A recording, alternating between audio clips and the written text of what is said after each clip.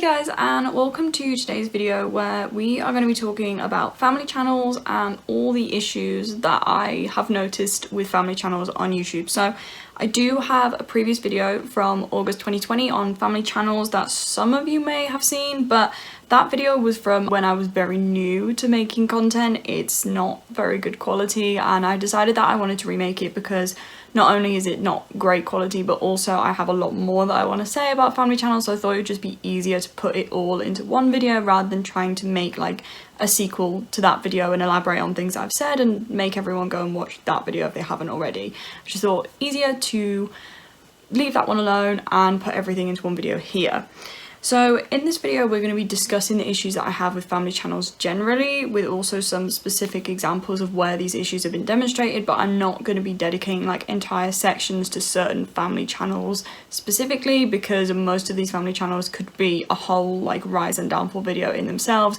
See my video on the Ace family, for example, so I would rather not try and cover all of that content here. Also going to have a section of this video where I talk about the law around the protection of child actors and how I personally think that should apply to children of family channels.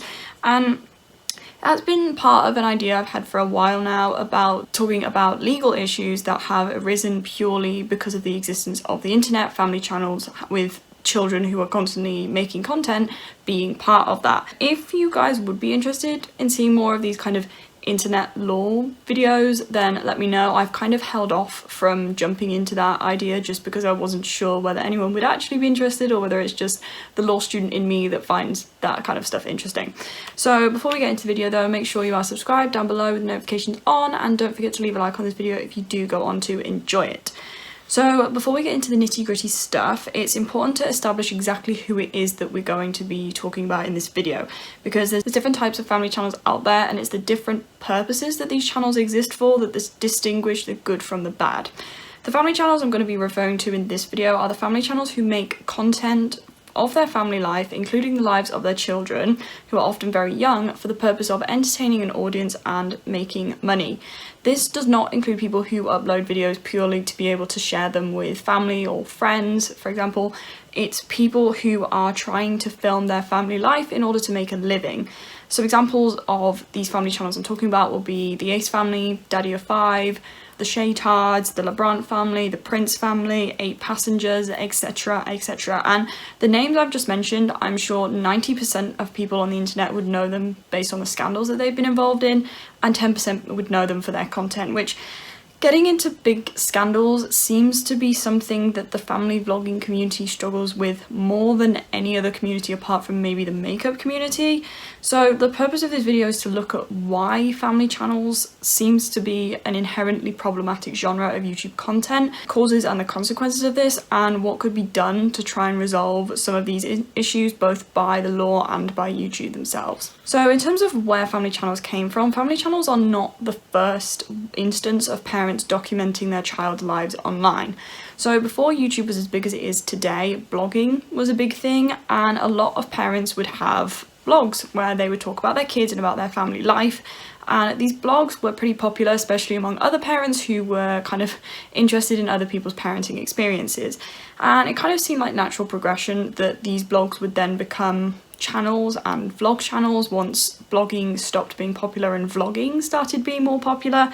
And one of the earliest channels that started to vlog their family life was the Shaytards, who started their channel in 2009 and were vlogging for a long time before the genre of family channels really took off in the mid-2010s. Another subgenre of family videos that were very popular at one point in the kind of 2014 to 17 era was teen mum vlogs, people talking about their experiences getting pregnant at a very young age or vlogging a day in their life as a teen mum were incredibly popular. Some of them would get upwards of like 10 million views, and with the popularity of shows like Teen Mum and 16 and Pregnant, it's not a surprise that these kinds of videos were massively popular, and it shows that society generally has had an interest in other people's family lives for a long time that has eventually progressed into the kind of family channel content that we see on YouTube today.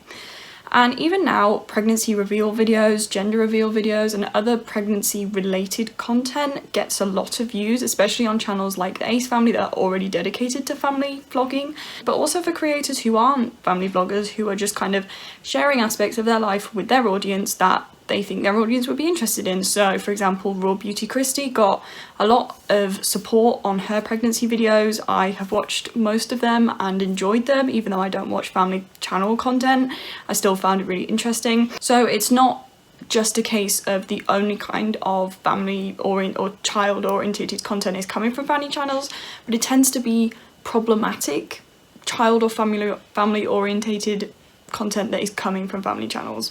So some family content has also become popular from people wanting to maybe learn things. Maybe they are pregnant and about to become a new parent, or maybe they're having a problem in their parenting that they want to look and see how other people have resolved it.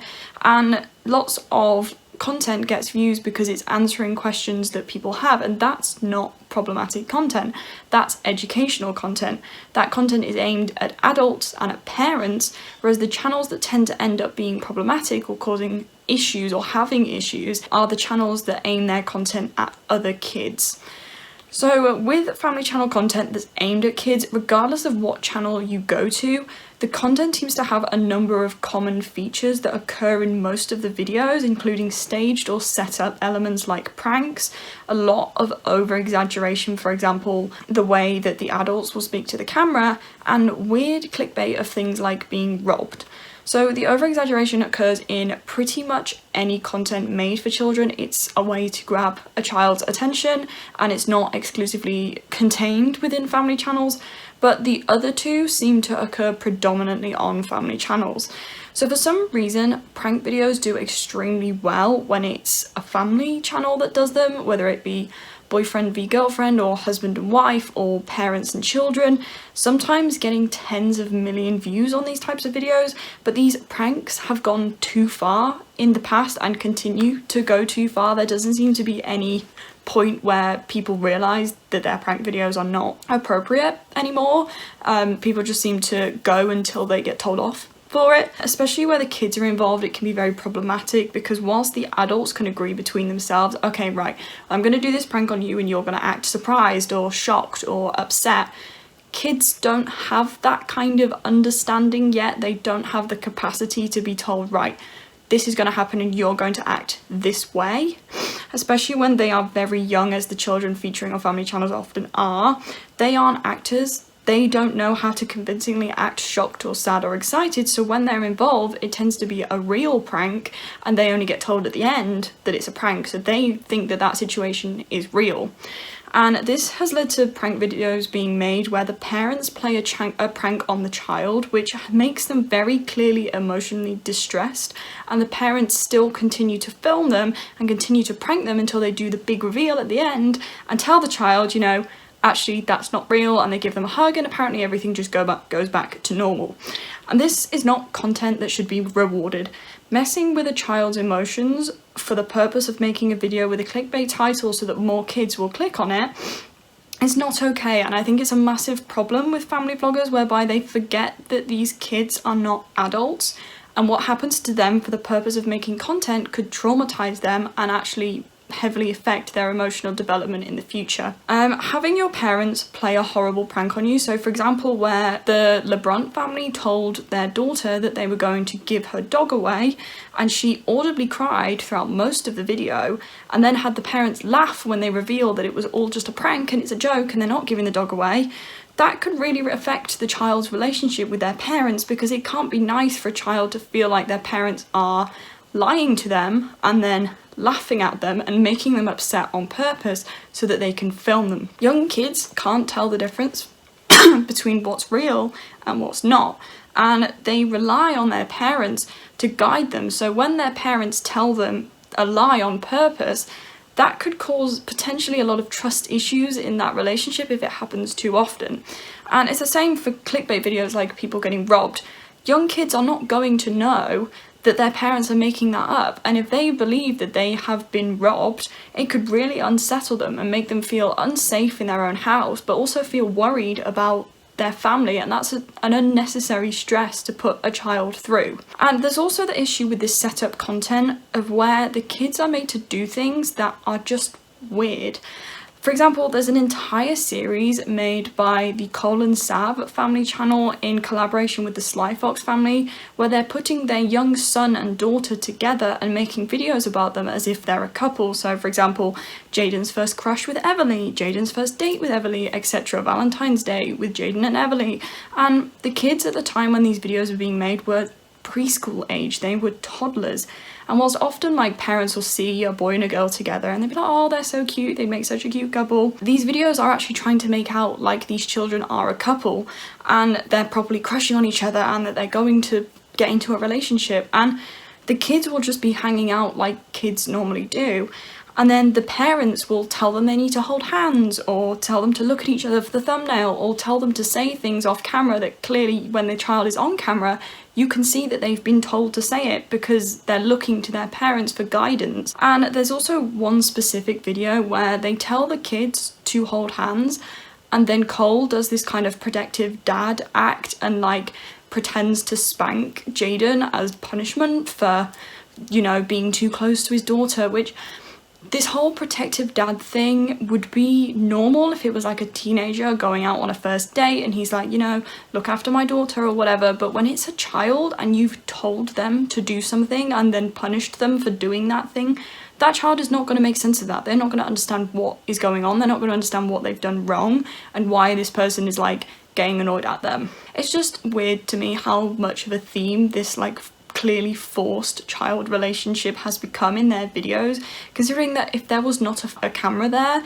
there's no way that these parents would care or be forcing their kids to do this. And also, in the vein of forcing kids to do stuff, forcing your kids to cry for a thumbnail. This became a big topic of conversation earlier this year when a mummy blogger by the name of Jordan Cheyenne accidentally uploaded a clip which showed her telling her son to cry and pose for a thumbnail when their dog had just passed away, and the child was already crying and was very clearly upset and was saying that he didn't want to pose or he didn't want to cry more dramatically, and she was saying to him, you need to cry, and he was going, I'm already crying.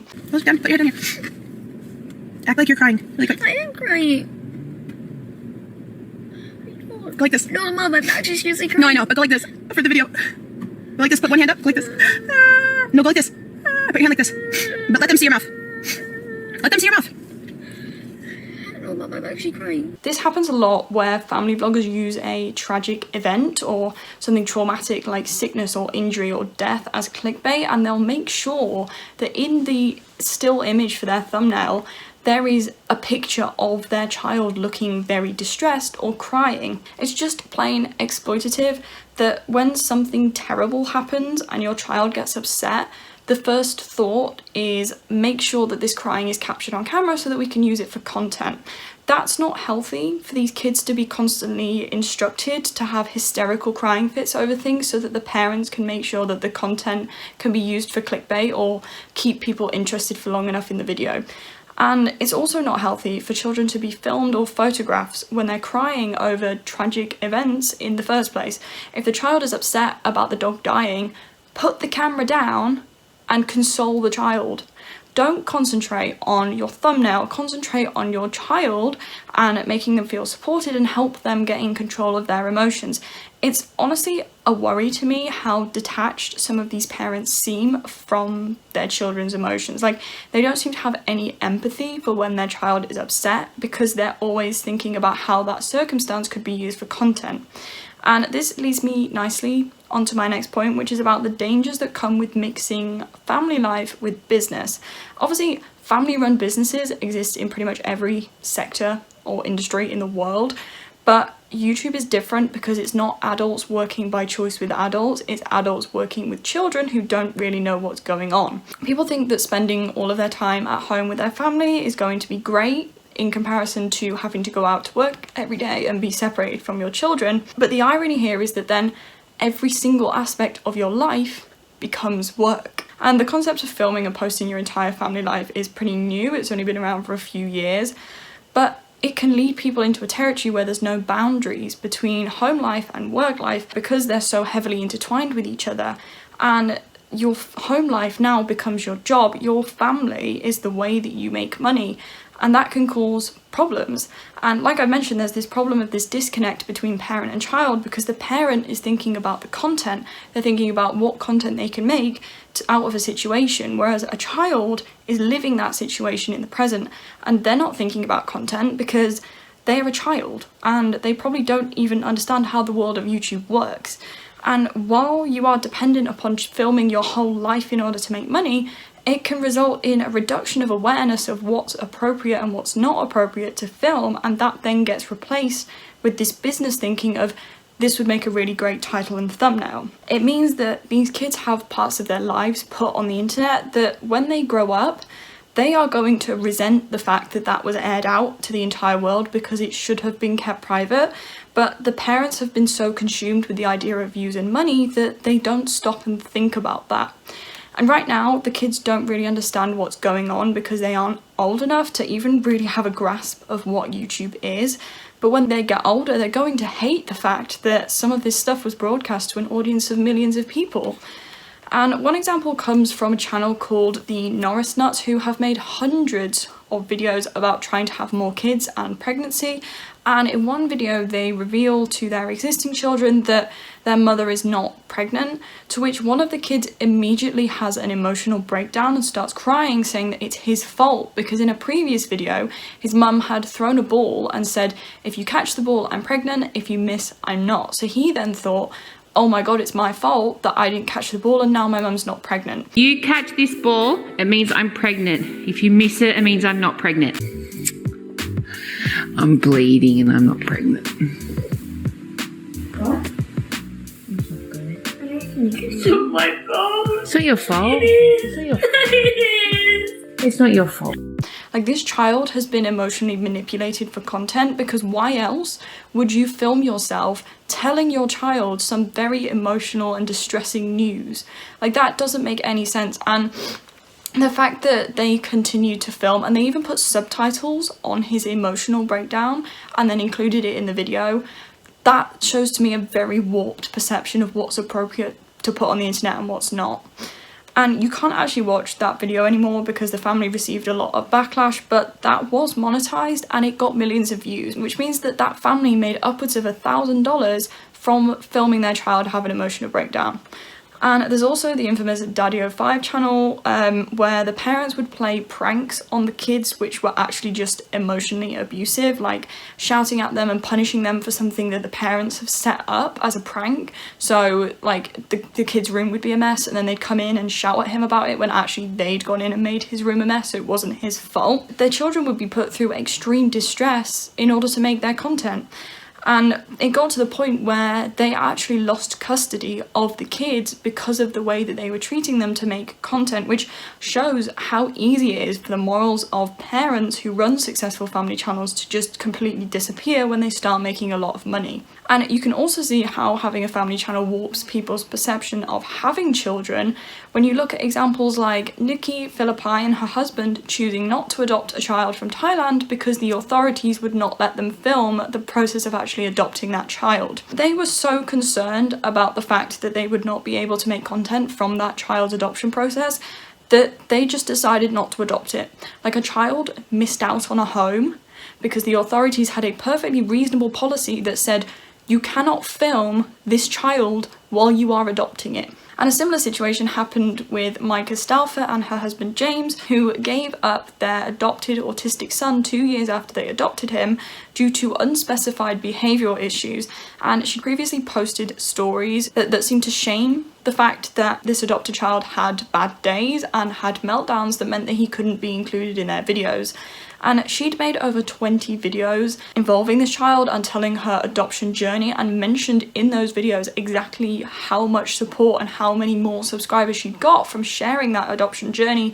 And she even crowdfunded for this child at one point. Then when he stopped being profitable because he couldn't be in the videos anymore and he started being more of an inconvenience because of his extra needs because of his disability, they just gave him up. Her channel became so much more successful because of this child, and then she just rehomed him like a pet.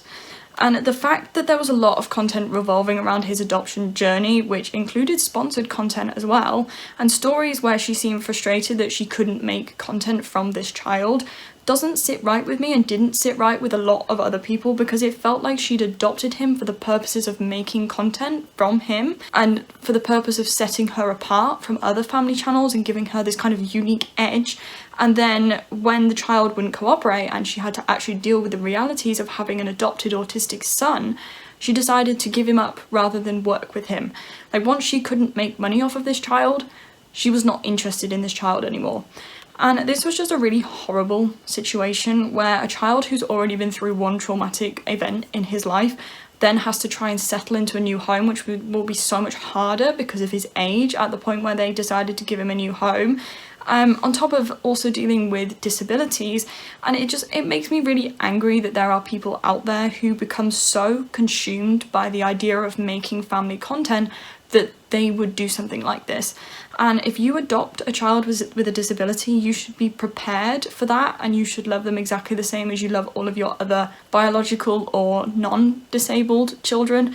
Not give them up when things get more difficult than you anticipated they would be. So privacy is also a very big issue with family vlogging channels, because when a child's entire life is documented from birth, that child essentially has no privacy during their childhood because millions of people are watching what they do every single day. Back when it was just mommy blogs, there wasn't this much of an issue, because while the mums would often share like the child's name, they wouldn't often share their surnames and they wouldn't often share photos, so those children would not be easily identifiable based on the stories in the blog. Whereas now, a child's full name and face are constantly being uploaded to the internet, so that child is identifiable pretty much immediately. And some kids even have fan pages made for them before they're even old enough to know what social media is. And family channels are kind of the opposite of what a traditional celebrity would do, because most celebrities will deliberately try and hide their child from the limelight. They will try and shield them. Their names might be revealed online, but they will very rarely make any public appearances, and the parents will very rarely post any photos of them, or at least any photos of their faces.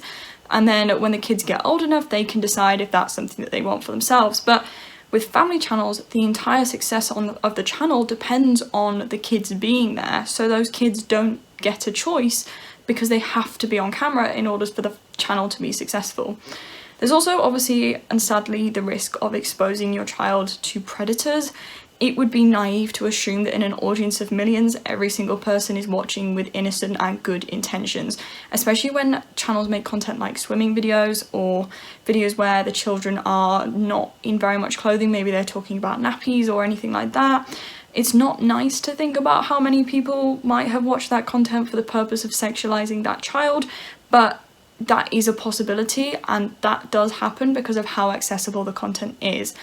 One channel called The Life of a Homemaker actually took her child off of the internet after she looked in her analytics and found out that her videos were being embedded in websites that people use, and she then turned off embedding and found that her male audience dropped from 40% to 17%.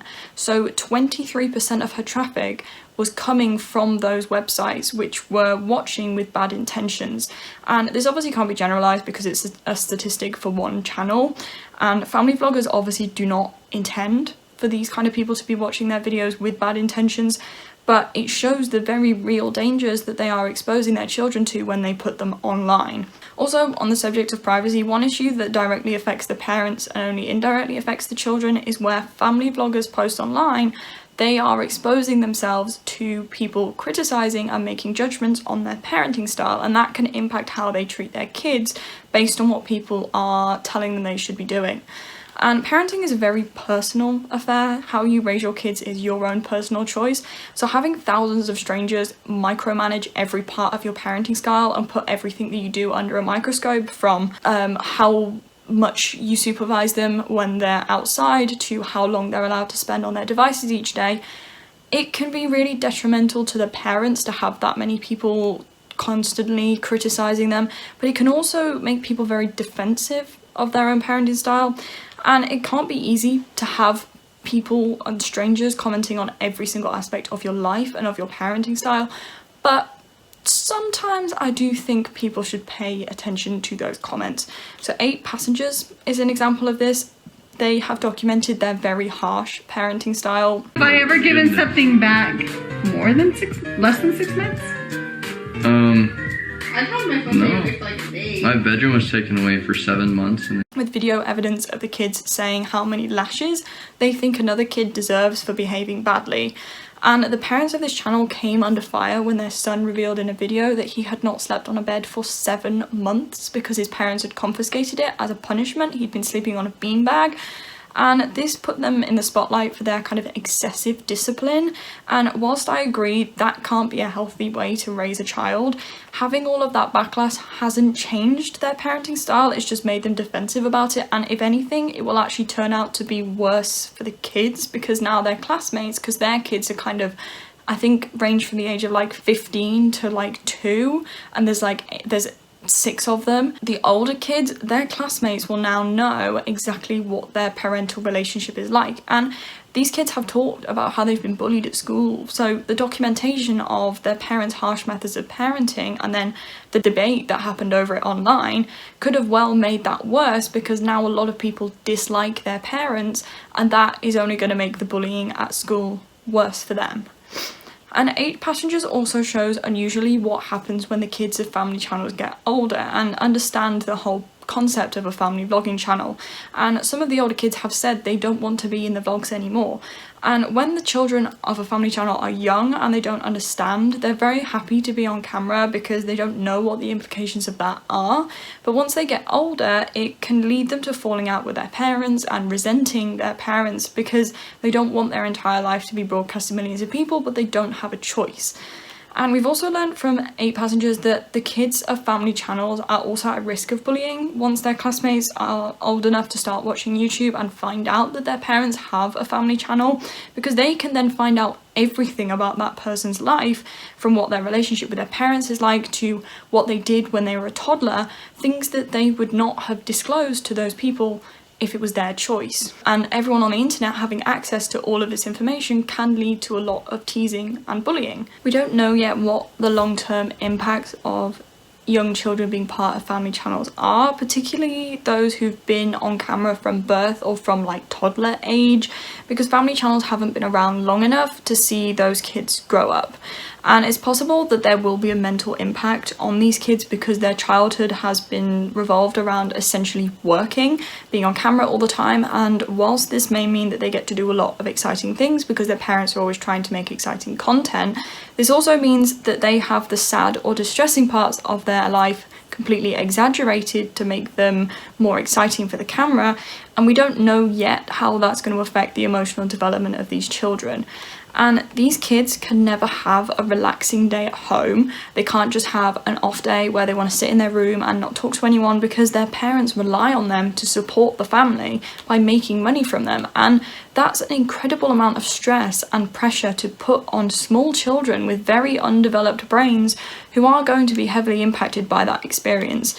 And there's also the possibility that these kids are going to grow up and they're going to realise how many people may have watched them as a kid, and that could be really quite disturbing to them. Like, no one wants to think about creepy old people sexualizing you as a child, but it's entirely possible that that's something that these kids are going to have to face in the future. Back to the stress that the kids are under though, and the big question is, do the kids who feature on these channels have the choice?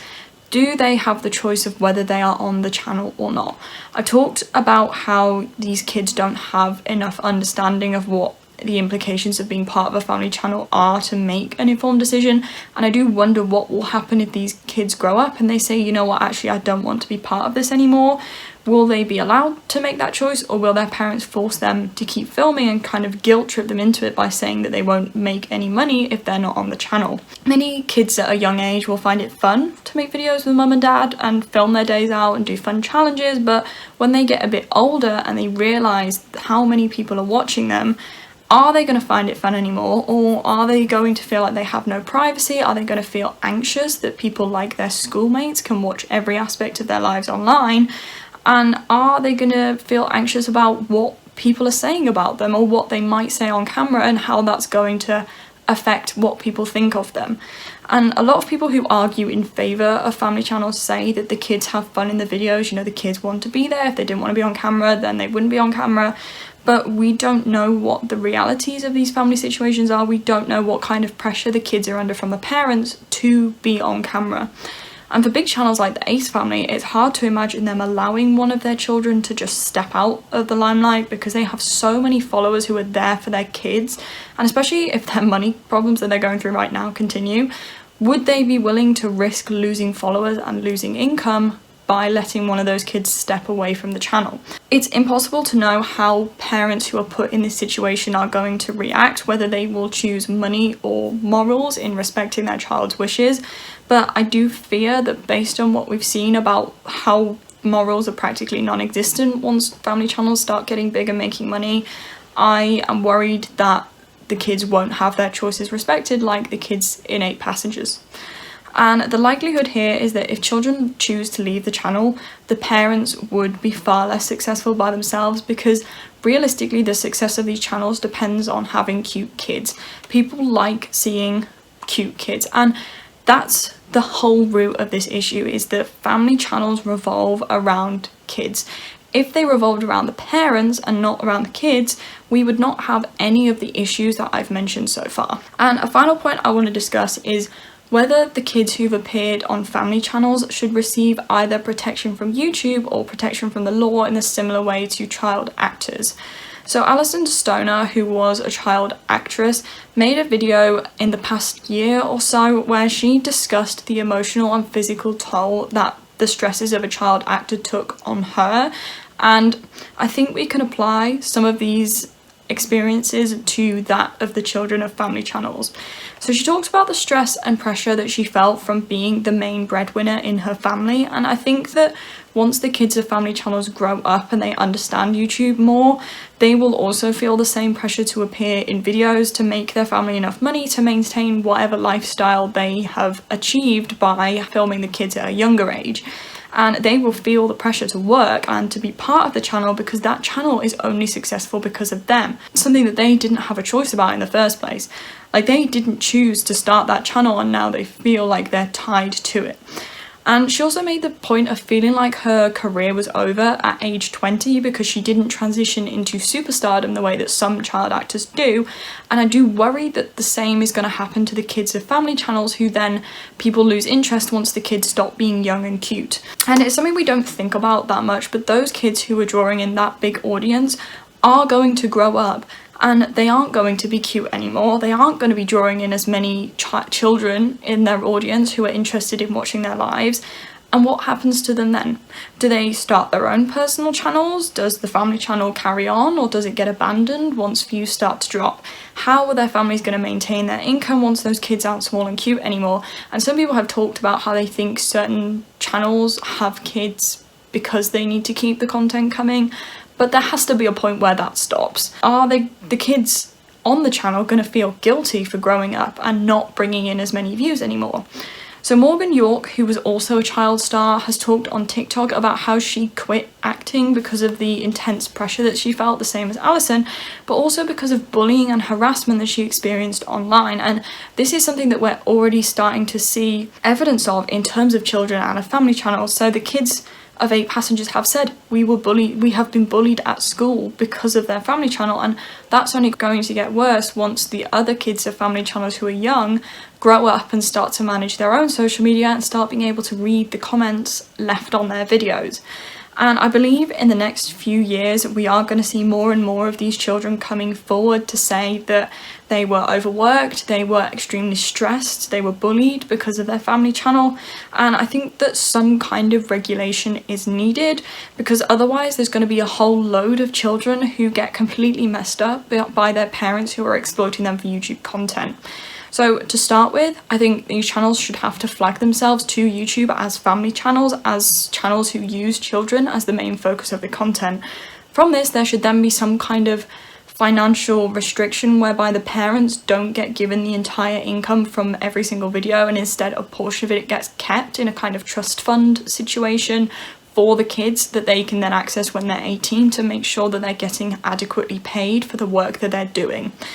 And child actors have laws in place that govern their payments and make sure that they are adequately and fairly compensated for their work, and that also make sure that they're not being exploited or overworked. And I don't see why it should be any different for family channels. If the child is the focus of the content, the child deserves to be paid, even if they aren't going to access that until they are much older. And Alison in her video also talked about how she believed that every set that worked with child actors should have a child psychologist available, and I think this should also apply to family channels. So currently these kids' only support system and their only understanding of YouTube comes from their parents, who are obviously going to say and do whatever it takes to keep them interested in being on their channel. If YouTube gave them someone that they could communicate with, someone who's going to kind of check in with them every couple of weeks, we might uncover more of the issues that these children are actually facing, because when their parents are running the channel, they might not feel comfortable talking to them or voicing their issues to them, and even if they do, their parents might ignore them and continue to film anyway. And having someone at YouTube who is in their corner, who is fighting for them, who they can talk to about content, who understands what they're doing and what they're going through, this could make sure that kids are being adequately represented and stop their parents from doing things that are against the wishes of the children. And a reporting system also needs to be in place where any suspicious behaviour by family channels can be submitted to YouTube for a review, specifically because of child exploitation or deliberate emotional abuse of children, because whilst the report feature exists, there isn't a way to report for these issues specifically, and it's taken for there to be massive online backlash for certain family channels to suffer any kind of reprimand for the type of abuse or exploitation that they're putting their children through. The law also has a role to play where the privacy of these children needs to be protected, and in the UK we have an online safety bill which is going through the ringer at the moment before it is going to be put into law, but that is aimed at the online safety of children who are viewing content online and completely misses out the idea of what we should do about children who are featuring in content online. And that is a huge gap that has just been missed. And we need the privacy of children to be protected, whether that's limiting family channels on how often they're allowed to upload to stop the kids being filmed every single day, or whether they restrict how many videos or what percentage of videos kids are allowed to appear in. Something needs to be done to ensure that these children are afforded some kind of privacy during their childhood and prevent them from being filmed every single day of their life. And the problem here is that the kids of family channels are not old enough yet to speak out about their experiences, and both YouTube and the law are not going to do anything until they can understand what the problem is, which I don't think they will until people start to come forward and say, this is how being on a family channel affected me. And it's really frustrating because most people who are viewers on YouTube can see what the issues are and see the potential for these kids to have quite a lot of emotional harm done to them. But unless there's concrete evidence of this kind of psychological harm, the law will not do anything. This is what happened in Hollywood. It took generations of child actors to come forward before any kind of regulation was put in place to protect them from overwork and exploitation. And I do fear that the same will happen with family channels, and by the time they do put regulation in place, it will be too late. I hope that even if the law takes a while to catch up, because the law generally does play catch up, it takes maybe a year, maybe a few years before it can put in adequate laws to protect against new novel situations, that YouTube will do something to try and mitigate the harm that's going to be caused to these children, because realistically there are a lot of children who are presently part of family channels, and they are the first generation, and if we can prevent them from being harmed by putting into place regulation now and putting into place internal rules and guidelines on YouTube, then the law might not even need to get involved, because child exploitation would be punished through YouTube enough to disincentivize anyone creating or running a family channel that is not in their child's best interests. Okay, so finally we are at the end of the video. That is all that I have to say right now on the topic of family channels. I will link down below some videos that I used for research purposes, so if you do want to go and watch them, then they will be there for you. I would also be interested to hear your thoughts on this, because I think family channels often fly under the radar until they do something and get into a big scandal, because they're so aimed at children that adults just forget that they exist. and I would love to hear what your opinion on family channels is. Do you watch any family channels? Have you watched any? Have you noticed any of these issues in any family channels content? And what suggestions would you have for regulation that I might have missed? If you did enjoy the video, then be sure to leave a like, leave a comment with any thoughts you might have, and subscribe down below to see more videos like this. I will hopefully see you all in my next one. Bye guys.